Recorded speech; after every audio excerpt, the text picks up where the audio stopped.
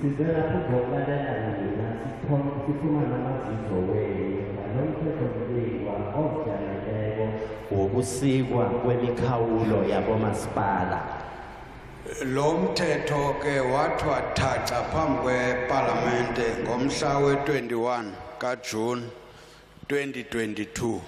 This bill was tabled before Parliament on the 21st of June 2022.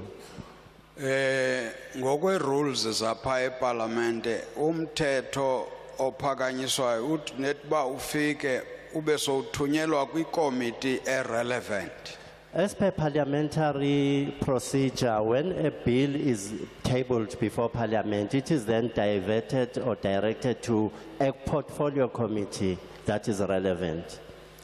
I-rules ke zapha eParlamente ziyasithuma sile portfolio committee uba masifakane imilomo nabantu ngalomthetho. As per parliamentary rules, we are mandated and obliged to then meet with communities and get the community views on this bill. Lo mthetho ke kwakhona ngokomgaqo siseko elizwe. Ngumthetho ochaphazela namaphondo. As per the constitution of the country, this act affects all provinces. Isithumeka into yoba xa sesiyigqibile yethu indima sizawugqithisa lo mthetho through i-National Assembly siwuse kwi-National Council of Provinces. When we have processed this bill to make it towards becoming an act, we will then hand it over to the second House of Parliament called the National Council of Provinces. Nanzi ke into eziphambili ngalo mthetho uphakanyiswayo. Here are the following issues around this bill that is being proposed for now. The bill repeals and replaces the whole of the current Municipal Demarcation Act number 27 of 1998. Umthethomlingwa lo uzama ukuthi usule bewujamiselele umthethomlingwa number 27 wakan. The intention is to align and update legislation with current demarcation practices. Umnqopho ukuthi kujanyiselelwe kulungelelaniswe ikambiso yomthetho ozokusebenza gadesi. Xa ndisandisa nje apha ndingathi ngenxa yexesha from 1998 uzoma ngoku namava ethu ngokucandwa kwemida kuphakanyiswa le mthetho sindululo. Kuphakanyiswa le bill ngenxa yamava ethu nexesha eligqithileyo from 1998 uzoma ngoku. Ukusukela ngonyaka we-1998 kuzokufikela isikhathi sanamhlanje kunemibono ekufanele ukuthi ingene mayelana nalomthetho. Abanye benu bebeyinxalenye ye-protest kuvalwa indlela ngenxa yokukhalazela imida. Abanye bamsa urhulumente ezinkundleni ngenxa yokucandwa kwemida. Some of you were involved in protests and even blocked roads because of the previous act, and some people even took government to court because they were dissatisfied with the way the bill or the act was structured. So lo mthetho uzama uba impendulo kwezo ngxaki. Umthethomlingwa lo uzama ukuphendula lokho kuleyo miraro eyakhe yabakhona ngaphambilini. And mhlawumbe sitsho njoba silapha sizoni mamela ninelungelo kananjalo lokuthi uba umuntu uzive engekho ready ngoku ningasibhalela siyikomiti nivulelekile kude kube ngumhla we-29 kaAugust kulonyaka sikuwo. We are here to listen to you, but if you feel you are not so ready, you can make a written submission which you will send to the committee up until the 29th of August. Nanzi ke into eziphambili kulo mthetho. Note the following important issues around this bill. Kuphakanyiswa kuqala into yoba there must be an independent municipal demarcation authority that must be established. There is a proposal gobana kube khona umkhandlu ozijameleko oqalene nokusikwa kwemikhawulo yabomasipala. Why independent? It's because of different experiences where people, because of their different interests, would demarcate municipal boundaries informed by such interests, which have nothing to do with the people. Ibandleli kufanele libe ngelizijameleko ngoba ngaphambilini imikhawulo yayisikwa kuye ngokwemfuno netshisakalo yabantu okwenza ukuthi izinto zingakhambi kuhle. As a result, we have got what we call now unviable municipalities. Njenganje sesinabomasipala abangasebenziko abangasizinga litho. You'd find that it's a conglomeration of many wards that are very poor, but those who were in charge wanted to have a municipality. Uthola ukuthi kuyihlanganisela yamawadi athagileko kodwa ngombana labo abasika imikhawulo leyo ngaphambilini babefuna kube njalo. So this authority would be independent, guided by section 155 of the Constitution of the Republic. Ibandleli lizokuba ngelizijameleko ngokulandela isigaba 155 somthetho sisekelo wenarha mazombe. It is proposed that the selection panel must be chaired by a judge. Kuchukunyiswa bonyana ipaneli noma umkhandlu ozokusebenza ngemikhawulo le udoswe phambili ngosihlalo olijaji. Both the two houses of parliament would also be involved in the selection panel. Izindlu zombili zeparlamente zizokuba nendima nakukhethwa ipaneli leyo. The National House of Traditional and Cohesion Leaders chairperson will also be involved. Usihlalo wendlu yabaholi bezendabuko namakhoyisana enarheni mazombe naye uzokuba khona kileyo paneli. And any other persons who are critically skilled to deal with issues of demarcation. Nabo bonke abosolwazi abantu abanekhono lokuqalana nendaba zabomasipala. So the authority would be appointed by the president. Ibandleli lizokukhethwa ngumengameli. So in fact the bill itself is saying this authority must be independent. Umthetho mlingwa uyatsho ukuthi ibandla esikhuluma ngalweli kufanele libe ngelizijameleko. And must do its function without fear or favor. Lenza umsebenzi walo ngaphandle kokuthenga amehlo. So the second objective of the bill is to say the bill is proposing that there must be clear mechanisms and procedures that would be followed in demarcating municipal boundaries. Isichukumiso sesibili sithi kufanele kube nendlela ezihlathuluke kuhle zokusikwa nokwakhiwa kwemikhawulo yabomasipala. By implication, this process must be transparent. Ngamanye amazwi lo msebenzi kufanele ube tshachalazi ube sepepeneneni. People must be at the center of the demarcation process. Abantu kufanele babe sekabeni babe nendima eqhakatheke khulu kulomsebenzi wokusikwa kwemikhawulo. So whether we're talking outer boundaries of municipalities or wards, Noma ngabe sikhuluma ngemikhawulo yangaphandle namkha amawodi wabomasipala. and critically there are specific factors that must be taken into account when you delimitate or you demarcate wards or demarcate municipalities. Kunezinto ekufanele zitshejwe khulu lokho nakusikwa namkha kwakhiwa imikhawulo yabomasipala. In other words, demarcation should not be meant to disrupt the lives of people. Ukusikwa nokwakhiwa kwemikhawulo akukafanele kutsirimeze amaphilo wabantu kuphazamise indlela yokuphila yabantu. Whether social, political or economic. Ngokwezehlala kuhle ngokwezepolitiki nangezomnotho. Physical structures like rivers, mountains must be taken into account. Izakhiwo ezifana nendaba imilambo ekhona kubo masipala leyo mtenazo zitshejwe nakwenziwa imikhawulo. And lastly, traditional communities also must be taken into account when we demarcate boundaries. Nemiphakathi yemakhaya yendaweni ephethwe bukhosi kufanele itshejwe nayo. The last point would be the assessment of the capacity of each municipality before it can be established.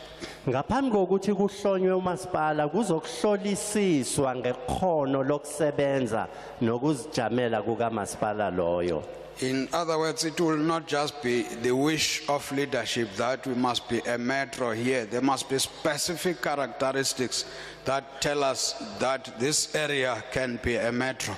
Akafanele ukuthi kube mazizo wabadosi phambili ukuthi lapha singenza idrobha ekulu imetro. Kufanele kube nabonobangela abaphathekako nababonakalako ukuthi lapha singenza idrobha ekulu.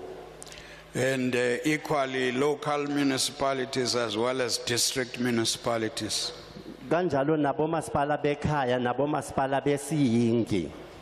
At the center of each demarcation of a municipality must be the people and services that must be delivered in terms of the constitution. Okuqakatheke khulu lapha zimfuno zabantu nokulethwa kwezenzelwa emphakathini. And generally that's the picture. What is new in the bill is what I started with. There will be another body called Independent Municipal Demarcation Appeals Authority. Okhunye okuqakathekileko kuzokuba nebandla lokuzililela kwemiphakathi elizoba ingcenye yalomthethomlingwa omutsha. So in the previous act there was no appeals authority. Emthethweni wangaphambilini belingekho ibandla lapha abantu bangazililela khona. The demarcation board was the final authority. Ibhodi eqalene nemikhawulo bekungiyo engeyokugcina yamaswaphela. So once this bill is passed into law, that would be a thing of the past. Naselo mthethomlingwa lo usewuphasisiwe abamthetho into leyo ayisazokwenzeka. The last point I would want to mention, the bill itself has got about 52 clauses.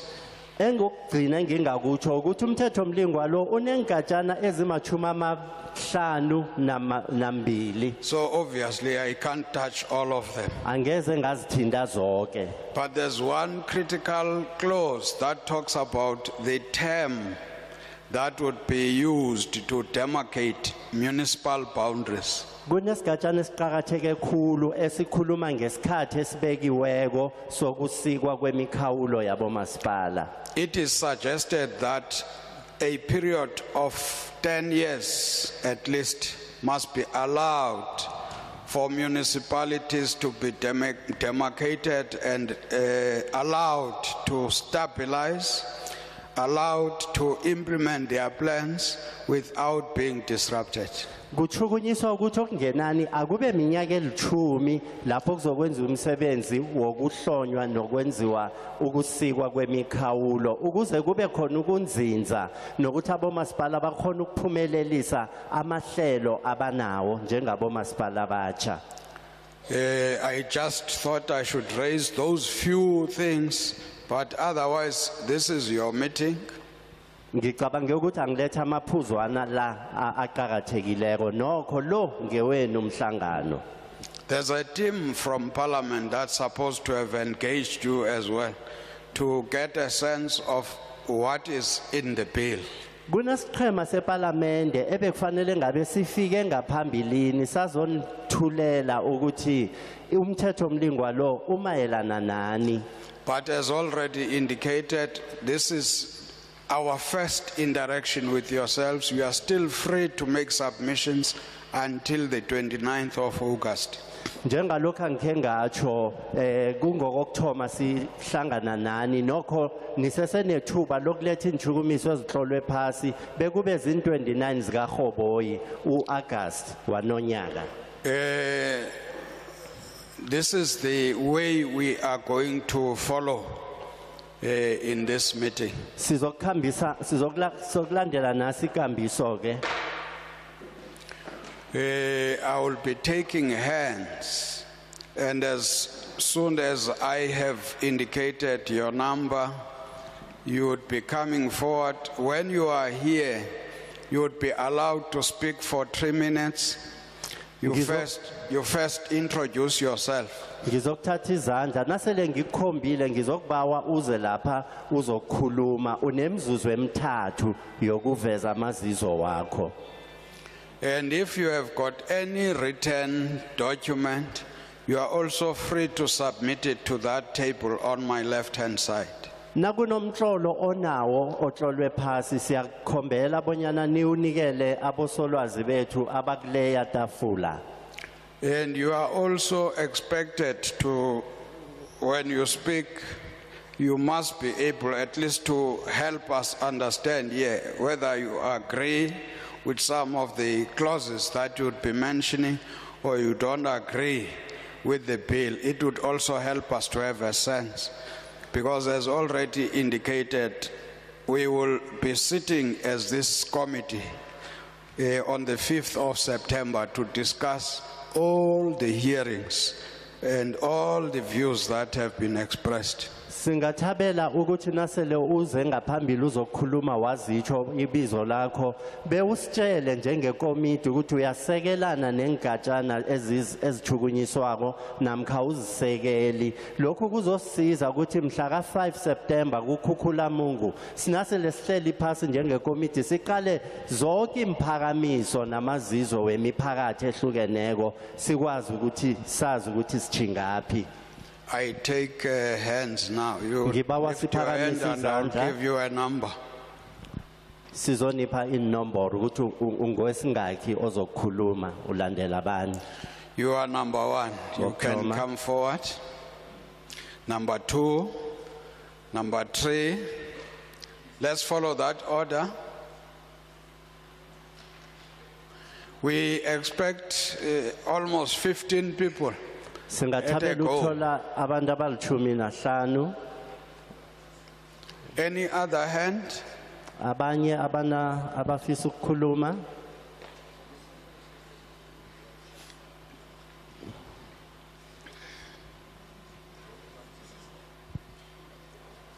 Any other hand? Ukhona omunye? Okay, for now, let's allow the first speaker. Singavumela isikhulumi sokuthoma. Zulu. Okay. I think we'll try. Yeah. So nande sichiyelana ngethi baba. Yes, it is.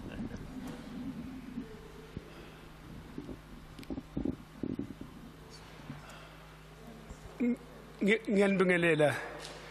Joseph Msimang. Greetings, I am Joseph Msimang. Ngila Steve Church Municipality. Steve Church Municipality. Ngibonga kakhulu indlela le enisebenza ngayo nangendlela enenza ngayo sikwazi uvuleka imiqondo ukuthi kwenzekani. I appreciate the way you operate. It gives us a picture of how to do things. Ngoba phambilini sibe nesimanga nesimangaliso sokuthi enjani kwenzeka izinto ama demarcation singazithinti kwenzekani singabahlali. Because previously municipalities were demarcated outside our knowledge, so we were always left surprised as to what was happening. Mawuthi abuzo ngoba IEC bakutshela ukuthi nababazi ukuthi kwenzekani ekugcineni sithothe sisusiwe kade sikhona mase kusondela ukuvota sesisuka kwenye indawo yasilimaza le nto le kodwa manisa lemqondeliza nawo njengami nje ngijabulela kakhulu uzokhona ukusinika izinqubekela phambili. We would ask IEC what was happening, especially this used to happen towards election time. And IEC would tell us they also do not know. And it always did not sit well with us. Obegcineni kwenza ukuthi abahlali bengacontroleki. Umtshela umuntu ukuthi wena demarcation isinqamlala akasazwisisi. I-service delivery sekhona ufika kahle ebantwini. And there was sort of discrimination on service delivery because residents would not understand the way demarcation had been implemented. Yeah, ngisagcizelela kakhulu futhi ukuthi le ndlela eniza nayo iright kakhulu manje uyibamba ngale ndlela ebamba ngayo ngoba egcineni izinto ziyakhulunywa bese engasenzeki gcine thina masikhuluma ebantwini bathi sikhuluma iphutha noma sikhuluma into ongesiyona. Please stick with the way you are doing things, because it even helps us when we address the residents. They can now believe what we tell them. Ngibonga kakhulu ngendlela enenza ngayo futhi ngathi ngiqhubekela phambili kakhulu ngoba umphakathi ubheke thina nathi sibheke nina sikwazi ukuthi yonke into enziwayo kube into ebhalwe phansi nento ephathekayo ngoba egcineni siyifuna service delivery isimbe ihambe kahle njengoba bekayiveza indaba yokuvala imigwaqo bivaliswa yilokho ngoba benganalwazi ukuthi kwenzekani. Yeah, we are happy the way you do things and the explanations that you give to the community. Community is looking up to us, we're looking up to you. And people would see demarcation happening and people would not understand. That's why there were sometimes protests and blockages of roads. Ngiyabonga. Yeah. Ngiyayisekela kakhulu. I support the bill.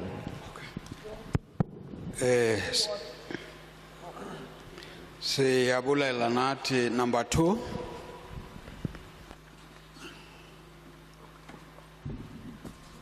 Sanibona ninonke molweni. Greetings to everyone. Opa wakashawe Steve My name is Opa Chawe, Steve Chwete, and Mhluzi.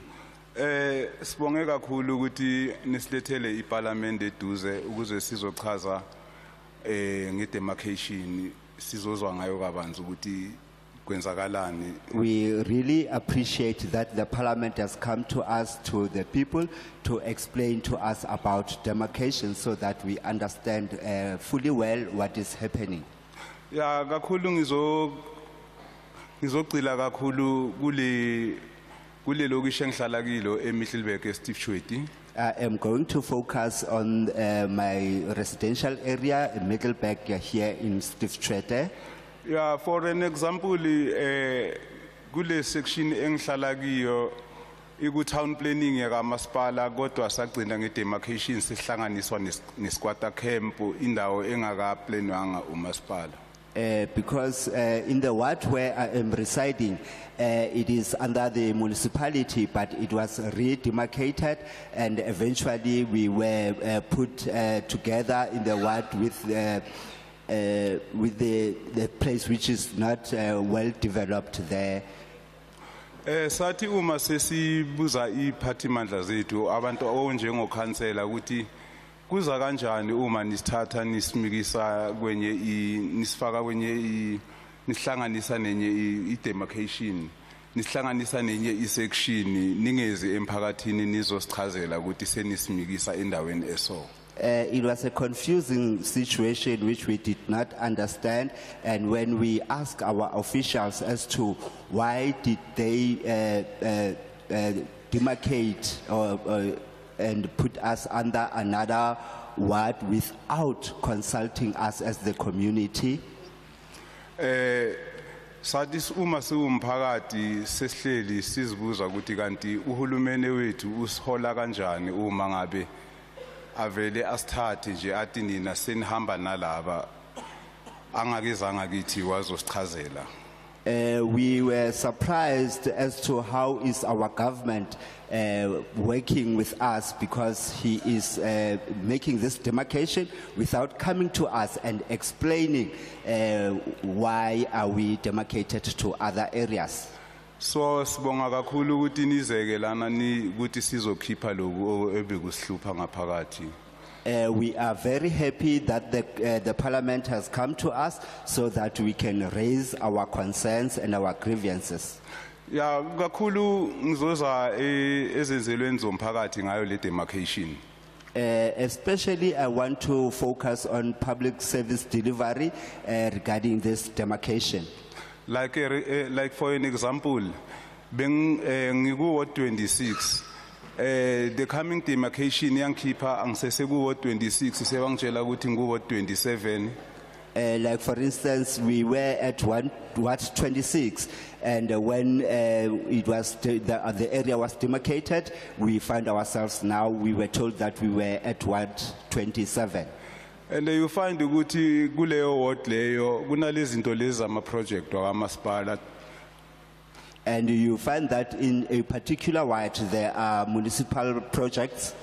Uma thina sesifika ebesiku ward 26 sesihlangane ne ward 27 I ward 27 isitshela ukuthi no nina anikwazi ukubenefita kule project because beni ku 26 lesikhathini ku 26 nadla izinto zenu azange sinhluphe so siyavuma ukuthi nise wardini lethu but you don't benefit nothing kule project. And the challenge we have with this redemarcation is that when we go to Ward 27, we are prohibited from participating in community projects because the residents of Ward 27 will say, you come from Ward 26 and you benefited in community projects there, so you cannot come and benefit again in these community projects. So is there any laqala khona I conflict emphakathini sokulwa wodwa ubone namakhansela uma sesiyakiwo abakhona ukuthi ba mediate the situation like that? And that brings tension in the community. Even when we go to community wards, they are not able to assist and mediate in the fluid we have.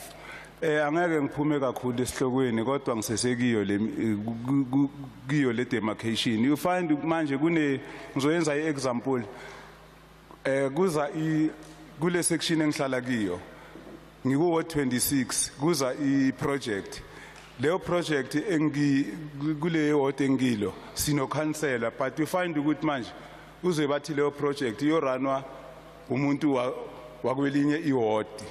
Another challenge we are experiencing is that as I'm staying in Ward 26, when there are community or development projects in our ward, we are told that that project will be run by a person from another ward. And that person councillor wakuleyo ward leyo nguye manje ozo represent ama project lo wethu councillor akasana ma powers so yenda sicala kuba ne misunderstanding khona ukuthi ngoba I project iza ewardini lethu kodwa kuzanjani ukhansela wakulela ward lela azoba in charge ngapha ngakithi. And the person who is put in charge of that project, you find that he is a ward councillor in a particular ward, and we have our own ward councillor.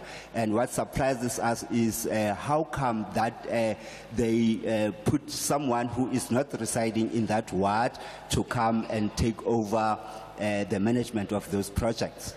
So besicela kakhulu lapho ukuthi nisilungisele ukuthi uma ngabe kulelo ward kuno councillor makungatholakali ukuthi kuba nomunye ukhansela wakwelinye iward thokuthi naye seka nama lokhanje unama input ewardini angabelongi kilo. So what we are requesting here, we humbly request that you must not bring someone from outside or a councillor rather from outside our ward to come and manage projects in our ward, because that makes our councillor not to have a say in those community projects.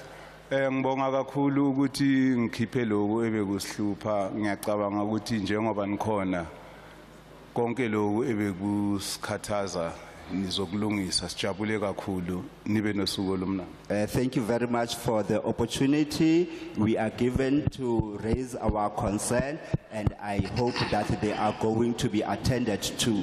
Thank you so very much for the opportunity. I wish you well. Number 3. Kamalam Ntomigayise Ellen Mohadiba. From Ward 1, I'm a PR councillor of EFF here in Victor Kanye Local Municipality. Greetings, I am a ward councillor here, and greetings to everyone and all protocol observed. Chairperson, the demarcation of wards and municipal council is crucial for the sustenance of democracy in the country. Ukunqunywa kwemingcele kulelizwe lethu kubaluleke kakhulu kwentuthuko noma kwintuthuko yedemocracy kulelizwe lethu. Section 155 subsection 3 of the Constitution requires that an institution dealing with demarcation issues must be completely independent so as not to allow narrow political interests to influence the decision on demarcation. Isigaba 151 somthetho sisekelo sona sikhuluma ukuthi kufanele ukuthi abantu abakhona kulesi sigungu sokwenza ikwemingcele ukuthi kube abantu abangachemi ukuze kube khona ukusebenza ngendlela efanele. We are proudly in support of an independent authority tasked with this function. Tina ke sisekela ukuthi kube khona isigungu esizimele esingachemi ukuthi senze lemisebenzi. Our contribution here is to ensure that there are no loopholes in the bill that will endanger the independence of the Independent Demarcation Board. Tina ke ukuphansa kwethu esivivaneni kuzogxila ekutheni siqinisekise ukuthi ke kuzoba khona umuntu ongachemi eqinisekise nokuthi ke leso sigungu esingachemi sikwazi ukuthi sisebenze ngendlela efanele. Clause 10 outlines the process for the appointment of the selection panel of the board. Isigajana seshumi sikhuluma ngokuqokwa kwalawo malungu azoqokelwa ukuba amalungu webhodi. We submit that this process must be handled by Parliament and not left only to a selection panel that is appointed by the minister.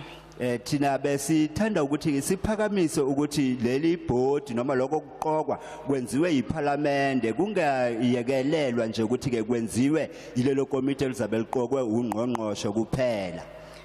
For a more open and accountable process, Parliament is the most suitable institution to conduct the selection process for the appointment of the board members. Ukuze sikwazi ukuthi ke sisebenze ngokusobala iParliament yilona elingakwazi ukuthi lenze lo msebenzi wokuthi ke kuqoke lawo malungu webhodi. Not a selection panel appointed by minister. Hayi lelo thimba lokuqoka elizabe liqokwe ungqongqoshe. Clause 25 subsection 2 of the bill provides that the board can only make a determination on whether or not a municipality ought to be categorized as a category A municipality after consultation with the MEC and the minister. Leso sigaba kumthetho sisekelo kuthiwa ke kufanele ukuthi ke noma kunganqunywa kuphela ngemuva kokuthi ke kuboniswane no MEC kanye nongqongqoshe ngezindaba zokudatshulwa kwemingcele. This leaves decisions about such an important issue only to politicians. We want to argue that there must be a peremptory requirements for consultation with civil society and community structures before a decision of this nature is made. Lokhu ke kunikeza osopolitiki ukuthi kube yibona kuphela abayithatha izinqumo kanti akufanele ukuthi kube njalo ingakho ke sicela nje ukuthi ke kufanele ukuthi nomphakathi nawo ubandakanywe ngaphambi kokuthi kuthathwe izinqumo. Further, for the determination of the status of a municipality, the bill provides that when a determination is made as to what category a municipality falls, that determination can be revisited only after 10 years. Njengoba kushiwo ke ukuthi ke ukuthathwa ke kwesinqumo leso ke ukuya ke ngalendaba ke kudwetshwa kwemingcele njengoba kushiwo ke lapho ukuthi ke kungabiyekezwa kuphela ngemuva kweminyaka eyishumi ngemva kokuthi sokuthathiwe leso sinqumo. This is too long a period, and instead of including the number of years, the board ought to be empowered to revise the status of a municipality based on a number of verifiable factors, including key performance indicators for the certain categories of municipalities. Lokhu isikhathi eside kakhulu seminyaka eyishumi ingakho ke ukuthi ke kuqokwe noma ke kubiyekezwe leso sinqumo sokuthi umasipala ingabe ke yena uwela kuyipi icategory ingakho ke kufanele ukuthi ke kubalekile ukuthi ke sibhekelele ukuthi kubiyekezwe noma kubukisiswe ke leso sikhathi ngoba kubukeka ngathi isikhathi eside kakhulu. On clause 27, which makes provisions of consultation for the determination of municipal boundaries. Kusigaba u27 lapho kukhulunywa khona ke ngokunqunywa kwemingcele kamasipala. We submit there be provisions for oral engagement and submission by members of the community. Tina siphakamisa ukuthi ke kufanele ukuthi amalungu omphakathi abe nelungelo lokuthi nabo beze bazokhipha imibono yabo. Limiting the form of submission to merely written formats may exclude a large number of our people. Ukuthi abantu benze ukuthi abantu bayakwazi ukuthi bakhiphe imibono yabo ngokuthi benze izethulo ezibhaliwe kuphela ngibona ukuthi kunciphisa ithuba lokuthi abantu bakithi bakwazi ukuthi bakhiphe izimvo zabo. Clause 35 of the bill must not only consider the number of voters per ward.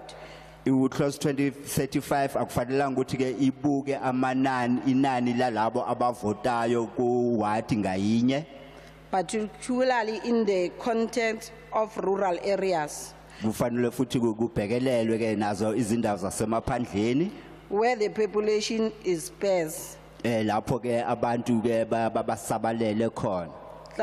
Climbing villages that are far apart from each other into single wards hinders representation and delivery of services. Ngoba ke kulezo zindawo lapho uthola ke ezinye izigodi noma uthola ukuthi kukhona izindawo ukuthi zichelelene kakhulu lokho kukhinyabeza ukuphakelwa kwezinsiza kubahlali balezo zindawo. We therefore in support of the bill. Ngalokho siyawusekela lo mthetho sivivinywa.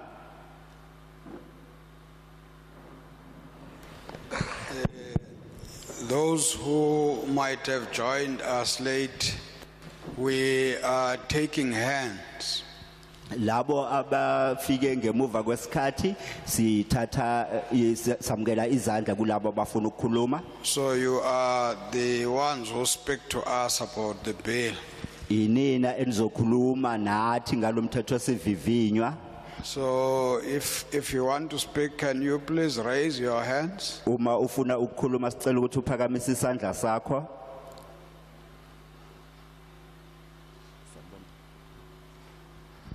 What happens when people don't raise their hand? Gazi kwenzekani uma abantu bengaphakamisa izandla zabo?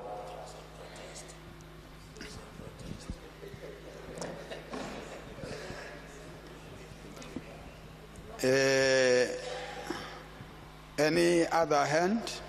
Ingaba kukhona ofuna ukukhuluma? Phakamisa isandla. Oh, number one, you come forward. Sikhona sesibini. Do you have any other hand?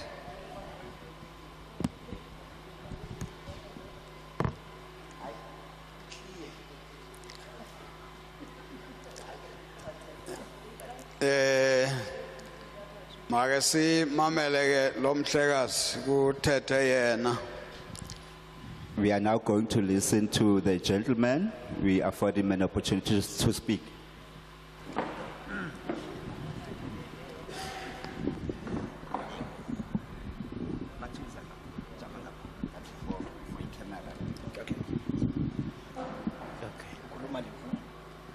Oh, isiZulu. Igama lami ngu-Aaron Mahlangu, ngihlala ku Ward 3. My name is Aaron Mahlango. I'm from Ward 3, Khona la eVictor Khanye. here at Victor Kanye Municipality. Yeah, Siyashaqeka ukubona lesimo esenzakalayo la ukuthi sibancane kakhulu kulomhlangano ngenxa ukuthi lo mhlangano besingawazi iningi lethu. We are shocked that the number of the people who came to this meeting is very less because many people of this under this municipality didn't know about this meeting here. Ngoba nomasipala kukho kwenzile ukuthi basazise njengoba bahlali basazisa makunemihlangano bamemezele. The municipality didn't inform the residents about this meeting like they normally do. Uma siza kule ndaba le esikhuluma ngayo namhlanje yale bill ye demarcation. When we come on this issue of the demarcation bill that we are converging here about, Mina ngiyayisekela le bill kakhulu ngoba vele sizinezikhalo esingazi ukuthi singazimikisa kuphi ezimayelana nemingcele esihlala kuyo. I am in support of this bill because we have so many concerns that we do not know who to speak to about, and we hope this will bring, betterment to us. And futhi sijabula kakhulu ngoba izinto eziningi ezenzeka emphakathini ezidinga ukuthi zilungiswe socially. Ikhali eziningi amaqembu ezepolitiki ayangenelela bese kumoshakala ukuya phambili singasizakali siwumphakathi. The other grievance that we have here is that on other issues that affect the communities, they are being, really made worse by the political parties or the politicians that interferes and things tend to take the wrong direction. Ngoba njengamanje la ekhaya eVictor Khanye sisesenenkinga eyaqala since ngabo 1995 yayo demarcation. Just like here at Victor Khanye municipality, we have a problem that started in 1995. Lenkinga yokuthi iDelmas kahle kahle iwela kumuphi umngcele noma kuyiphi province. That Delmas as an area, we're not sure in which province does it fall under. Ngoba thina siyazi ukuthi geographically iDelmas iseGauteng kodwa politically yafakwa eMpumalanga. Because geographically we know that Delmas is in Gauteng, but now it has been put under Mpumalanga. Manje izinto ezinjengalezo zenza ukuthi singakhona ukuthuthuka ngoba yonke into la ekhaya ifaka ipolitiki noma kungadingeki. Now such things make things not to move forward in the community because everything, put in politics even when it's not needed. Manje ngaleyo ndlela siyathokozela ukuthi makungakhethwa vele ikomiti elisha elizimele le demarcation board izawusebenzeka kakhulu. We can really be happy if there could be a new committee of the demarcation board that will work for us. Ngibonga kakhulu. Thank you so much.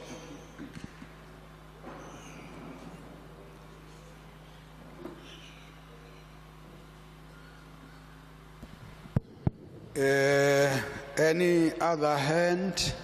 Sisekhona ezinye izandla, bakhona abanye abasafuna ukukhuluma.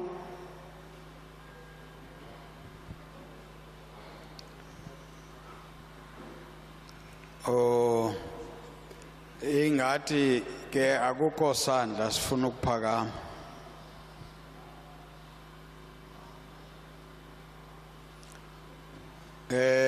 Can I assume ba ithethu naso asize mhleka. Naso ke sinye, you can come forward.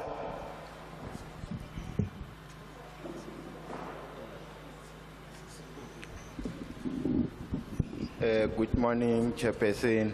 Lochani Slalo. My name is Tom Sipo from Victor Khanye. Ngingu Tom Sipho, obuya eVictor Khanye municipality. Sihlala ubona singakhona ukuphakamisa izandla. As you see us being hesitant, Chairperson, in raising our hands, We feel that all the portfolio committees that have been brought on municipalities and provinces, all the engagements that were made, such as the other portfolio committee that has come to us on the field, the one for taking land without compensation. All those issues are not being implemented. Sihlalo sibona ukuthi wonke amakomiti eParliament akhe eza kithapha namkha asebujameni benarha namkha ebujameni besifunda njengaleya yakhe yeza yakhulunywa ngokuthatha kwenarha ngaphandle kokuliliswa akunamhula akunamphumela.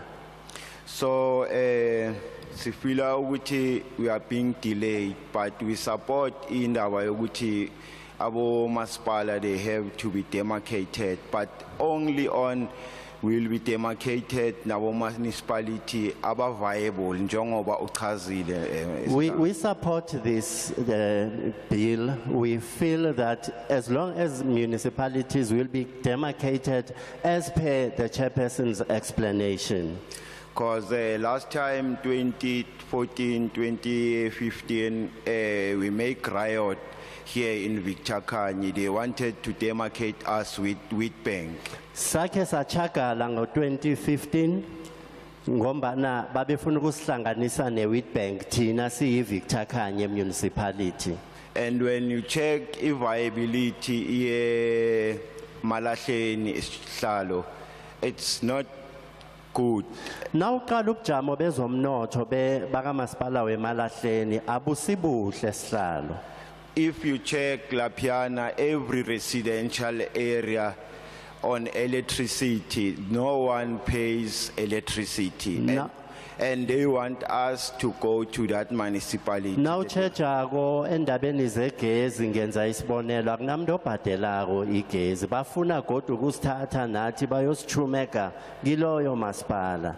So besicela ukuthi njengoba uchazile esihlalo ukuthi makuze ikomiti ezimele izokhona ukuthi ikhulume nathi abahlali ngako ukudemarcatewa kwemihlaba nama wards. We appeal, Chairperson, that this independent demarcation authority can be established and that it can also consult with residents on the demarcation of municipal borders. For instance, the other thing that is niga pain da Victakani. Last time, Igusile power station was at Victakani, but now when you check, it's at Wheatbank, and it doesn't benefit us young people here locally in Victakani local municipality. Previously, Gusile power station was under Victakani municipality, but for some reason it has now been placed under Emalahleni municipality. We as the youth of Victakani municipality, we do not gain anything. Yeah, ngiyabonga sihlalo kakhulu. Thank you, Chairperson.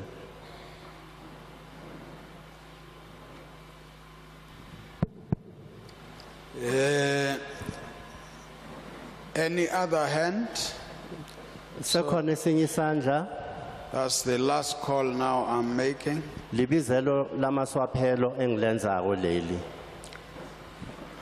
It looks like we have come to the end of the session. Kubonakala engasuthi sifikelele emaswaphelweni walomhlangano.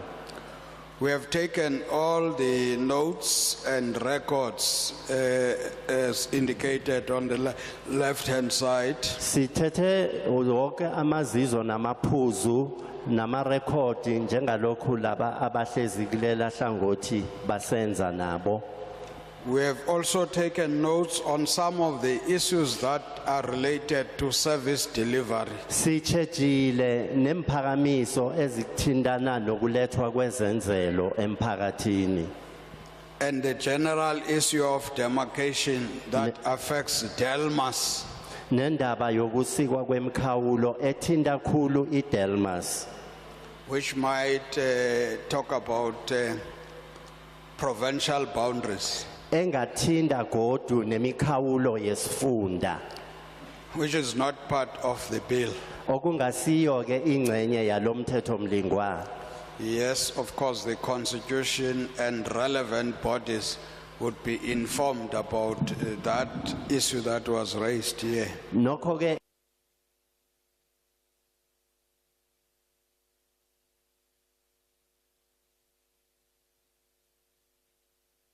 will invite the portfolio committee secretary to make announcements. Ngizokubawa unobhala wekomiti ukuthi azokwenza imemezelo.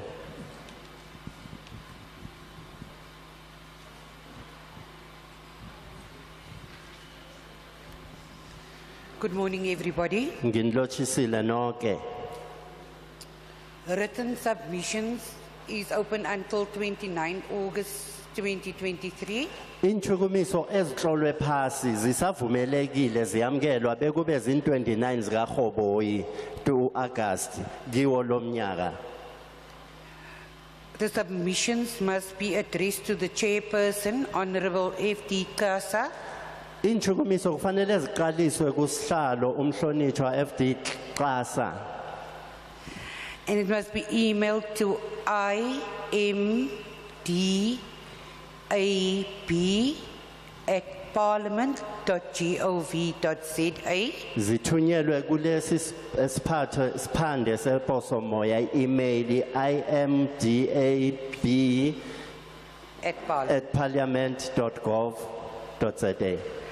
And if you have any queries or questions, you can contact Shireen Kasim Nakunemibuzo ungathinta uSherim Kasim on 083 kule nomboro ayibizako 083 709 709 8533.